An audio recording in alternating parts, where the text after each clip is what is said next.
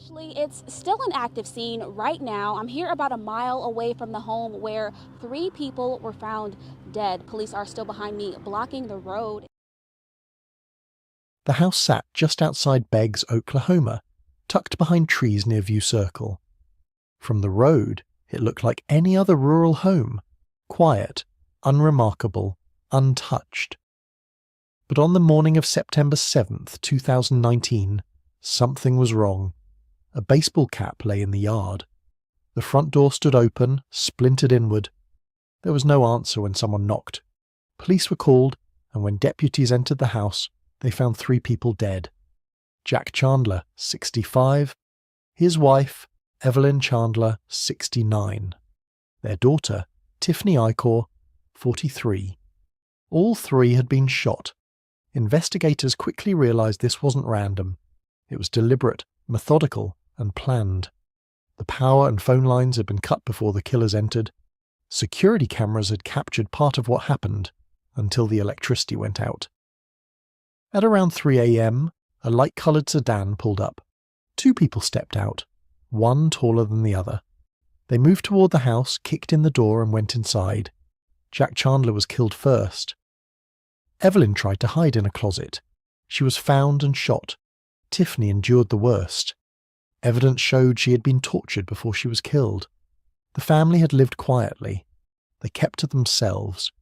Neighbours described them as kind, private, ordinary people.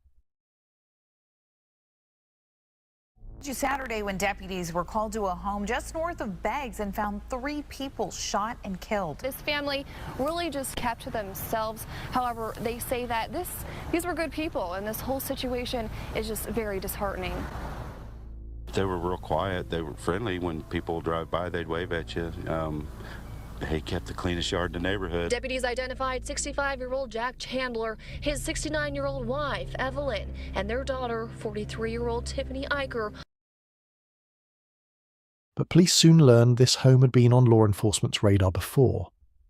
8 months earlier, in January 2019, deputies had been called to the same address. The Chandlers had discovered a suspicious white powder hidden beneath their porch. It looked like drugs. Tests later showed it was powdered sugar, fake, but carefully staged to appear real. At the time, it seemed strange. After the murders, it became critical. Someone had tried to frame them. To understand why, investigators had to go back further, 2 years earlier, to when Tiffany Icor met Barry Rowland Titus II. My name's Barry Titus with Skyline Dent and Hail Repair, and remember that Skyline with 2 Ys. Being an Oklahoman myself, I really noticed a need for a shop that did not sacrifice quality for price, and we've actually opened 3 convenient locations right here in Oklahoma City. Remember, you're the only one that can make your dents our problem. They matched on Tinder in August 2017. What followed escalated fast. Within weeks, Titus became violent. He beat Tiffany repeatedly, punching, kicking, strangling her until she lost consciousness, then reviving her to continue. He claimed it was a test of loyalty. He introduced her to meth. The abuse intensified. 3 months into the relationship, Tiffany was hospitalized with cracked ribs, a lacerated liver, a lacerated kidney, and extensive bruising. Police were called again and again. Witnesses reported seeing Titus pistol whip her. Each time, Tiffany declined to press charges. In May 2018, after entering therapy, she finally ended the relationship. Months later, she went to police and formally reported the abuse. In October 2018, Barry Titus was arrested and charged with assault. He needed a lawyer. That's when he walked into a law office in Oklahoma City, Harroz Law, and met Keegan Kelly Harroz. Harroz had built a solid legal career.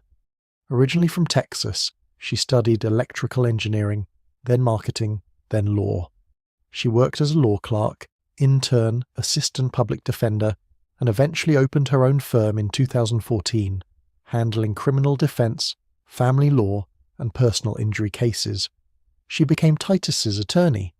Soon after, she became far more than that.